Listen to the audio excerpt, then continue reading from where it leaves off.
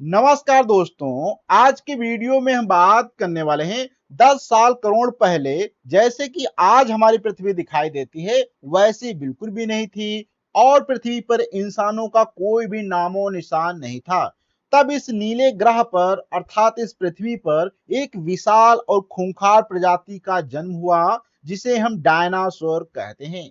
ये इमारत जितने ऊंचे थे अर्थात ये इतने ज्यादा ऊंचे थे जैसे कि आज आपको बड़ी बड़ी बिल्डिंग दिखाई देती हैं उनके आकार के थे और ये 90 किलोमीटर जो है प्रति घंटे की जो है रफ्तार से दौड़ सकते थे। आप समझो कि इनकी कितनी ज्यादा स्पीड थी। उन्होंने 17 करोड़ से ज्यादा सालों तक जो है पृथ्वी पर राज किया। कितने सालों तक? 17 करोड़ जो है वर्षों से ज्यादा तक उन्होंने पृथ्वी पर राज किया। लेकिन फिर एक दिन अचानक को सब के सब डायनासोर खत्म हो गए। इस प्रेजेंटेशन में हम समझेंगे कि डायनासोर कैसे मिट गए और इंसानों ने धरती पर कैसे कब्जा किया, इसी पे आज हम बात करने वाले हैं। तो सबसे पहले बात करते हैं कि आज के हमारे वीडियो के कौन कौन से टॉपिक होने वाले हैं। तो सबसे पहले हम देखेंगे कि डायनासोर की उत्पत्ति और उनकी शुरुआती दौर क्या थे, उस पर हम बात करेंगे।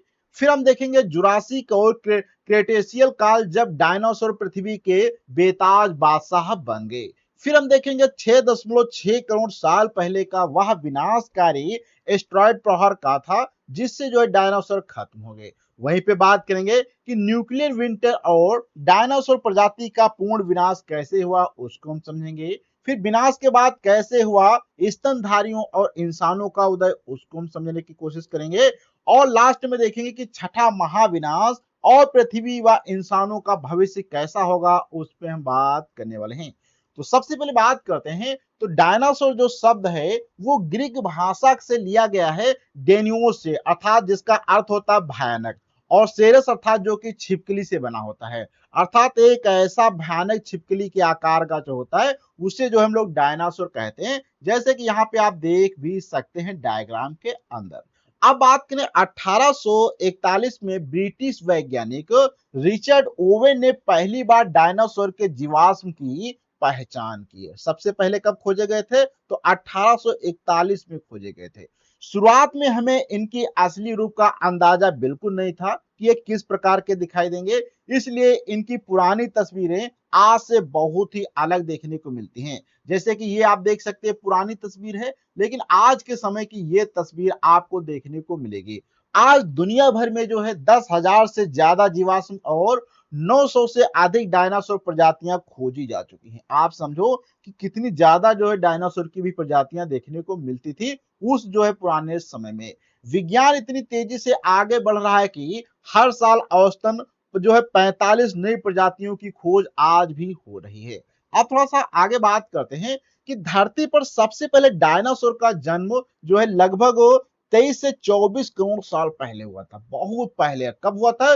23 से 24 करोड़ साल पहले जो है डायनासोर का पृथ्वी पे जन्म हुआ था। उस समय पृथ्वी के सभी महाद्वीप आपस में जुड़े हुए थे। कैसे जुड़े थे? जितने भी महाद्वीप थे वो सभी आपस में जुड़े हुए थे, जिसे विशाल जो है सुपर कॉन्टिनेंट था तो पैजिया कहा जाता था। इस ट्राइसिक काल में पृथ्वी का जलवायु जो था अर्थात तो क्लाइमेट था वो बहुत ही गर्म था और सूखी हुई करती थी, अर्थात उस समय बहुत ज्यादा सूखा क्लाइमेट था और बहुत ज्यादा गर्म रहता था। आपके ख्यालों से बिल्कुल अलग था, जैसा कि आप सोच भी नहीं सकते हैं, उससे भी बिल्कुल अलग था। शुरुआत में डायनासोर आकार में काफी छोटे हुआ करते थे। कितने हुए थे? करीब 2 मीटर के आसपास उनकी लंबाई हुआ करती थी स्टार्टिंग में। लेकिन एओरोप्टर नाम के ऐसे ही एक छोटे डायनासोर को बाकी से भी डायनासोरों का पूर्वज माना जाता है। कौन सा? एओरोप्टर जो था इसे हम पूर्वज मानते हैं डायनासोर का। और ये जो था सबसे छोटा डायनासोर 2 मीटर का था, जो कि आज के भी इंसान से लगभग बहुत कम था, क्योंकि आज इंसान काफी लंबे हैं, उनसे भी डायनासोर की लंबाई कम थी। और थोड़ा सा आगे बात किया जाए तो लगभग 20 करोड़ साल पहले जलवायु में जो है अचानक से बदलाव हुआ और महाद्वीप पैजिया जो था वो टूटने लगा। कैसे टूटने लगा? महाद्वीप जो पैजिया था वो अचानक से टूटने लगा। दरारों से भयंकर जो थे वहां पे क्या ज्वालामुखी फटने लगे, जिससे हवा में कार्बन और सल्फर डाइऑक्साइड भर गई। भाई जब ज्वालामुखी यहाँ पे निकलेंगे तो इसमें क्या होगा, कार्बन डाइऑक्साइड गैस निकलेगी और यहाँ पे सल्फर डाइऑक्साइड निकली थी, जिससे कि पूरा वातावरण भरने लगा। इससे भयानक ग्लोबल वार्मिंग हुई अर्थात ग्लोबल वार्मिंग होने लगी और समुद्र का पानी जो है तेजाब बनना स्टार्ट हो गया, क्योंकि जो सल्फर डाइऑक्साइड होती है पानी के साथ रिएक्शन करके H2SO4 अर्थात जो हमारा तेजाब होता है जिसको हम लोग H2SO4 कहते हैं, जो कि बैटरी वगैरह में भी देखने को मिलता है, तो वो धीरे धीरे बनना स्टार्ट हो गया समुद्रों के अंदर। और ठंडे खून वाले जानवर जो है इस तापमान को बिल्कुल सही नहीं सक रहे थे और वो धीरे धीरे मरने लगे, क्योंकि जब तापमान इतना ज्यादा बढ़ गया तो वहां पे फिर ये जो ठंडे जो जीव रहते थे जो ठंडे वातावरण में, वो इसको नहीं सह पा रहे थे और बिल्कुल धीरे धीरे खत्म हो गए। लेकिन डायनासोर जो थे वो इंसानों की तरह जो है गर्म खून वाले थे, अर्थात जैसा कि हम लोगों का जो होता है ब्लड जो होता है वो हॉट कोल्डेड होता है, अर्थात हम लोग गर्मियों में भी रह सकते हैं ठंडियों में भी रह सकते हैं। तो जो डायनासोर का था वो क्या था, वो गर्म खून वाले थे और इसीलिए वे बच गए और यहीं से जुरासिक काल की शुरुआत हुई। आप समझो कि बहुत सारे जीव, ऐसा नहीं था कि उस समय में बहुत सारे और भी जीव जंतु थे, लेकिन तापमान बढ़ने के कारण वो सारे खत्म हो गए, लेकिन यहाँ पे डायनासोर बच गए। आप थोड़ा सा आगे बात करते हैं। तो जुरासिक काल में डायनासोर जो थे वो विलास काय था, बहुत जो है विशाल काय हो गए, जैसे कि 15,000 किलो वजनी जो है टाइटासोनारस और उड़ने वाले आर्कियोटेरिक्स हो गए। अर्थात सोचो उस समय जो है 15,000 किलो तक हो गए और उड़ने वाले भी बन गए। लेकिन डायनासोर का असली जो है स्वर्ण युग इसके बाद आने वाले क्रेटियस काल से था। कहां से था, क्रेटियस काल से इनका शुरू होता है असली जो है काल। क्रेटियस काल की बात करें तो टी रेक्स जैसे सबसे खूंखार और मशहूर डायनासोर इसी काल के अंत में अर्थात जो कि लगभग 6.5 करोड़ साल पहले पैदा हुए थे। इस समय तक वो खास विकास नहीं हुआ, लेकिन फूलों वाले पौधे विकसित हो चुके थे अर्थात, लेकिन बहुत ज्यादा डेवलपमेंट नहीं हुआ, लेकिन फूल वाले जो पेड़ पौधे थे वो धीरे धीरे डेवलपमेंट होने लगे। और एक मजेदार की बात यह है कि हम जो है समय के पैमाने पर जुरासिक काल के मुकाबले टी रेक्स से ज्यादा करीब जी रहे हैं। आप थोड़ा सा आगे बात करते हैं। तो यह सुनहरा दौरा जब खत्म हुआ, जब 6.6 करोड़ साल पहले अंतरिक्ष से मौत बरसा। कहां से बरसा, अर्थात तो ये अंतरिक्ष से जब एक मौत बरसा। क्या है देखो समझते हैं कि जब 10 से 15 किलोमीटर चौड़ा, कितना था, 10 से 15 किलोमीटर एक चौड़ा विशाल का एस्ट्रॉयड जो था वो 30 किलोमीटर प्रति सेकंड की भयानक रफ्तार से पृथ्वी की ओर आया। अर्थात इसकी स्पीड कितनी थी, तो ये जो था 30 किलोमीटर प्रति सेकंड चल रहा था और बहुत तेजी स्पीड के साथ में ये पृथ्वी की ओर आया। यह जो था मेक्सिको के युकाटन प्रायद्वीप में गिरा और इसने 180 किलोमीटर जो है चौड़ा गड्ढा अर्थात क्रेटर बना दिया। आप देख सकते हैं ये यहां से गिरा और ये जैसे यहाँ पे गिरता है 180 किलोमीटर चौड़ा गड्ढा बना दिया, क्योंकि ये काफी ज्यादा स्पीड के साथ में थे। इसकी विनाशकारी ताकत तो हिरोशिमा पर गिरे परमाणु बम से जो था 1 अरब गुना ज्यादा है। आप समझो कि जो हिरोशिमा के ऊपर अमेरिका ने बम गिराया था, उस बम में जितना विनाश हुआ था उससे 1 अरब गुना विनाश हुआ जब ये एस्ट्रॉयड जो था 15 किलोमीटर चौड़ा और 30 किलोमीटर प्रति घंटे की रफ्तार से जब पृथ्वी के ऊपर गिरा था। टकराते ही हजारों किलोमीटर के दायरे में सब कुछ पलक झपकते ही भाप बनकर उड़ गया और जीव जिंदा जल गए। आप समझो कि कितना ज्यादा विनाश हुआ था। आप थोड़ा सा आगे बात करते हैं। तो टक्कर के तुरंत बाद समुद्र में 2 किलोमीटर ऊंची जो है भयंकर सुनामी उठने लगी। कितनी ऊंची, 2 किलोमीटर लगभग ऊंची जो है समुद्र के अंदर सुनामी उठने लगी। इसके साथ ही शार्क वेल्स और हीट पल्सेस ने हजारों किलोमीटर तक जंगलों में भयानक आग लगा दी और धीरे धीरे क्या हुआ, जंगलों के अंदर भयानक आग लगना स्टार्ट हो गई। पूरी धरती पर भूकंप आने लगे, ज्वालामुखी फिर से फटने लगे और तेजाब की बारिश शुरू हो गई। आप समझो कि कितना वो खतरनाक मंजर रहा होगा जब पृथ्वी से ये एस्ट्रॉयड टकराया था। शुरुआत में तो केवल वे छोटे जीव बच सके जो जमीन के अंदर गुफाओं में या पानी के भीतर छिपे हुए थे, लेकिन असल तबाही अभी बाकी थी, जो इस टक्कर के बाद वायुमंडल में फैले धुएं और राख से होने वाली थी। देखो तुरंत तो काफी खतरनाक जो है यहाँ पे नुकसान हुआ ही हुआ, लेकिन अभी इसके बाद और काफी नुकसान हुआ, क्योंकि यहाँ पे बहुत सारे वातावरण के अंदर हानिकारक गैसें वगैरह फैल चुकी थी।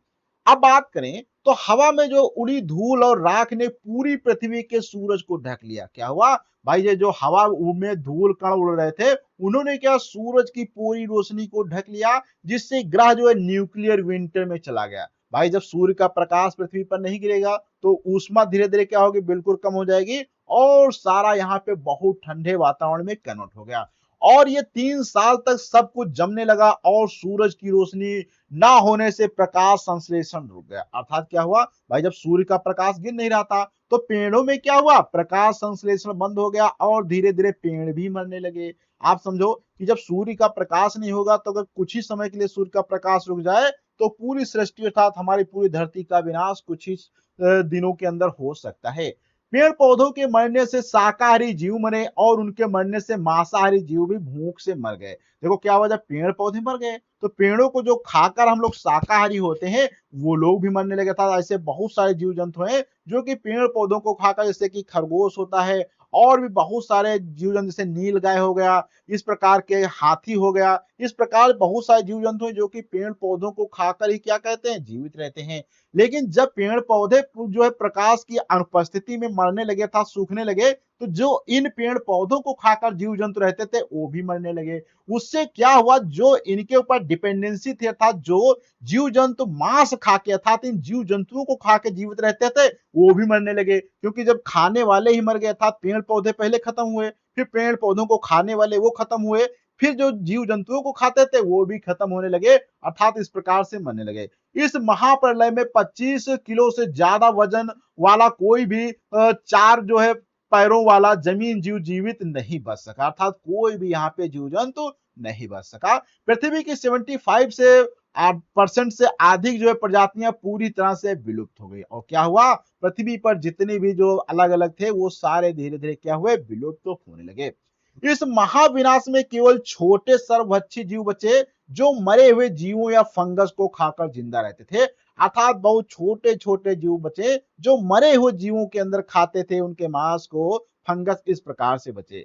डायनासोर के खत्म होने से स्तनधारियों के रूप में पूरी दुनिया में राज करने का रास्ता खुल गया। भाई जब डायनासोर खत्म हो गए तो कुछ नहीं बचा, फिर यहाँ पे रास्ता खुलता है स्तनधारियों का, अर्थात तो हम जैसे इंसानों के आने का समय। इसी खालीपन को भरने के लिए घोड़े, बैल, चमगादड़ और हमारे पूर्वज जो है तेजी से विकसित हुए था। कौन से, घोड़ा, इस प्रकार से सभी चीजें क्या हुई, धीरे धीरे विकसित होने लगी। डायनासोर की जो एकमात्र प्रजाति बची थी वह उड़ने वाले डायनासोर जो धीरे धीरे आज के पक्षी बन गए, अर्थात पहले डायनासोर बड़े थे, धीरे धीरे बदल के आज जो बच गए वो हमारे उड़ने वाले पक्षी बन गए। यह सच है कि आज का समय मुर्गा उस खूंखार टीरेक्स का ही सबसे करीबी जीवित रिश्तेदार माना जाता है।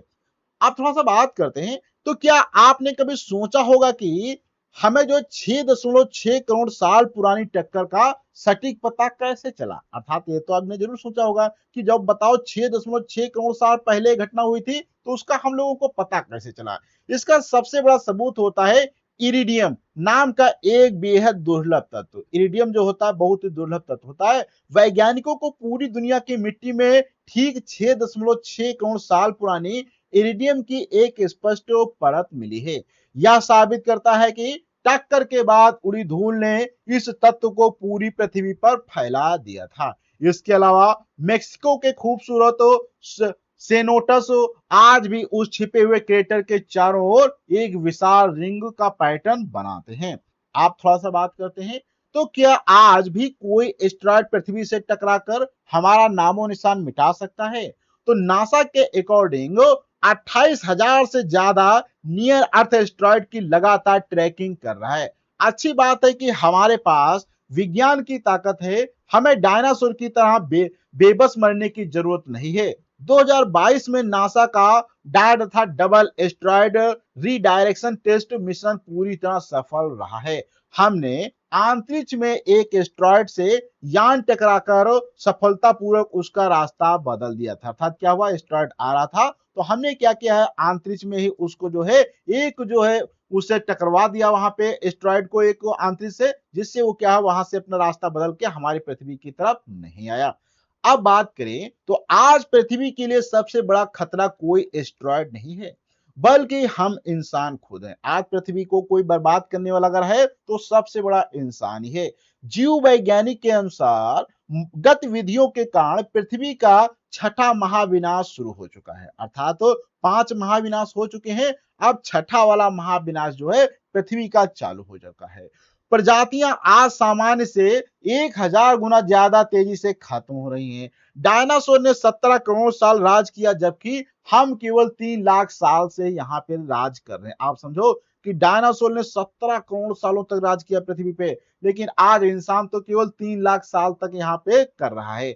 क्या हम डायनासोर के का रिकॉर्ड तोड़ पाएंगे या उससे पहले ही खुद को खत्म कर लेंगे? ऐसा अगर आपको लगता है तो प्लीज कमेंट बॉक्स में आपको कमेंट करके बताना है कि डायनासोर का राज जो 17 करोड़ साल तक चला, क्या हम लोग भी इतने सालों तक पृथ्वी पर राज कर सकते हैं या नहीं कर सकते? इसके विषय में आपको अपना कमेंट जो है फीडबैक कमेंट बॉक्स में देना है। तो आज का वीडियो कैसा लगा इसके विषय में भी आपको अपना फीडबैक कमेंट बॉक्स में देना है। हम मिलते हैं किसी नए टॉपिक के साथ में अगले वीडियो में। जब तक के लिए धन्यवाद।